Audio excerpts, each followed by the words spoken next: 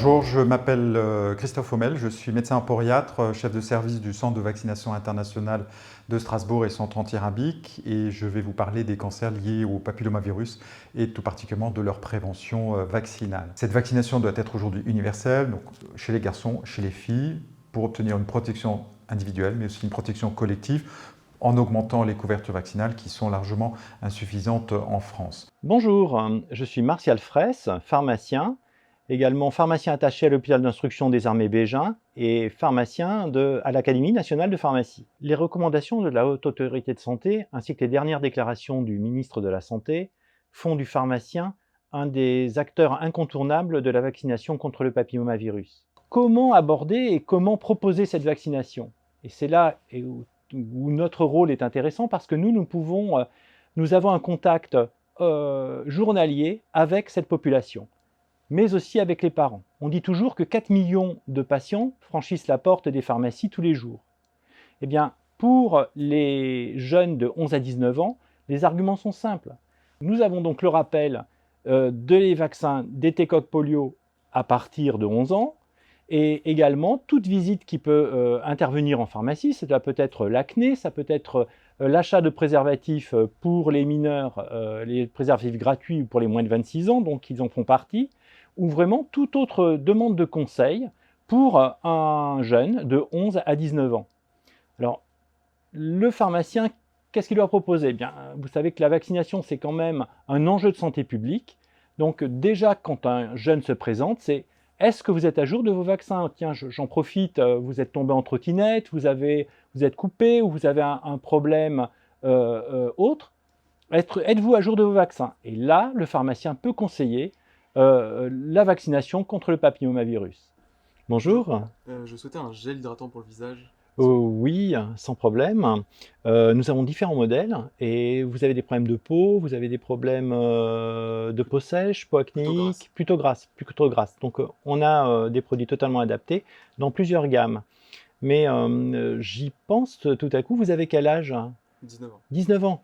19 ans, est-ce que vous êtes à jour de vos vaccinations, notamment la vaccination contre le papillomavirus? Est-ce qu'on vous en a déjà parlé? Pas vraiment. Il est important de profiter de toute occasion de consultation ou de passage en officine lorsqu'on a en face de soi un adolescent ou un adulte jeune, de parler de cette vaccination HPV et toujours de façon très positive. Avez-vous bénéficié de ce vaccin pour être protégé, pour éviter les cancers liés au papillomavirus?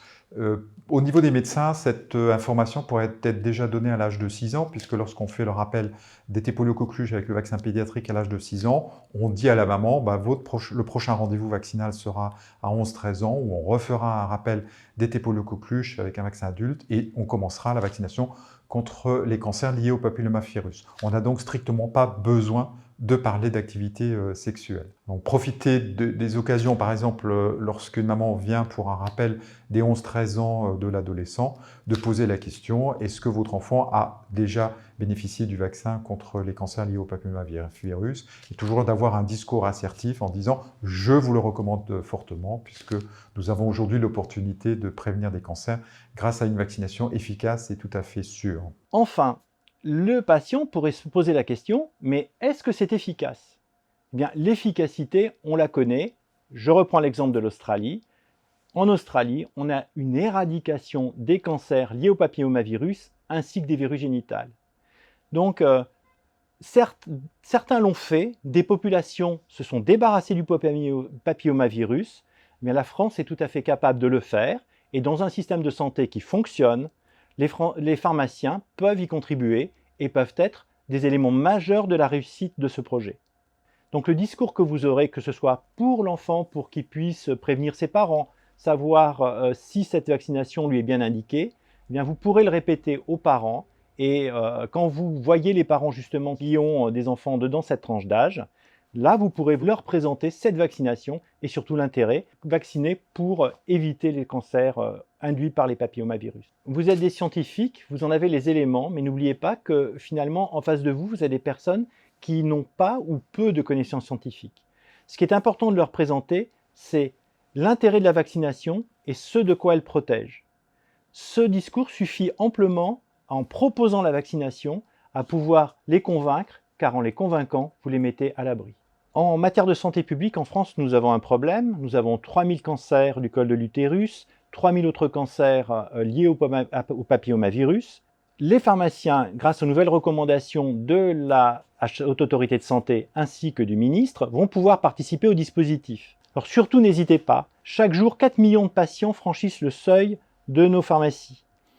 Dans ces patients, nous avons les jeunes qui viennent pour des conseils pour l'acné, pour acheter des préservatifs ou pour toute autre raison. Et nous avons aussi leurs parents pour mettre à jour leur vaccination, pour avoir d'autres conseils. Eh bien, il ne faut pas hésiter à proposer cette vaccination, puisque c'est cette vaccination qui permettra de lutter et d'éradiquer cette maladie qui pourtant fait tant de mal et tant de peine à beaucoup de patients.